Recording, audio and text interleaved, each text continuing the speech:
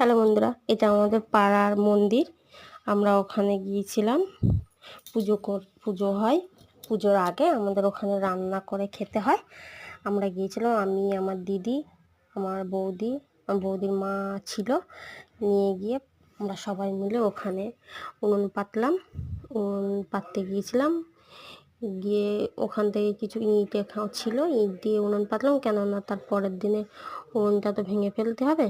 ওই জন্য ইট দিয়ে উনুনটা পাতি। ইট দিয়েছি, কাদা দিয়েছি, দিয়ে উনুনটা পাতলাম। ওখানে উনুনটা রাখতে পারবো না, ওই জন্য যেমন হোক করে পাতলাম। পেতে রেখে আমরা আগের দিন উনুন পাতি, পেতে রেখে আসি। ওই যে উনুন আমি আর মাসি পাচ্ছি, দেখছি কি করে পাতবো না পাতবো দুজনে মিলে। কেননা উনুনটা পাততে গেলে তো ইটগুলো আগে ভালো করে গুছিয়ে নিতে হবে। আমি গুছিয়ে নিলাম, নিয়ে দুজনে ওখানে জল নিলাম, নিয়ে মাটি দিয়ে আগে মাটিগুলো জল দিয়ে কাদা করে নিয়েছি।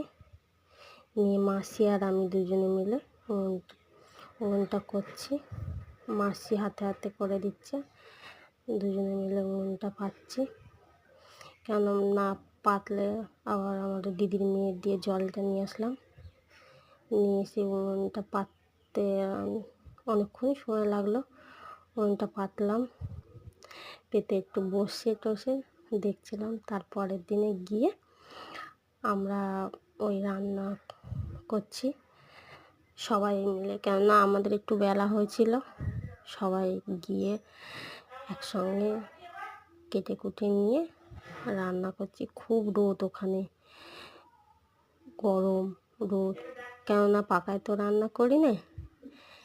রান্না করতে গিয়ে খুব গরমও হচ্ছিল, কিন্তু করতে হবে, ঠাকুরতলায় রান্না, বছরে একবারই রান্না হয়। তাই কষ্ট হলেও আমরা সবাই মিলে গিয়ে রান্না করছি। রান্না টান্না করে ওই যে সবাই রান্না করছে, আমিও করছি। একসঙ্গে সবাই রান্না করতেও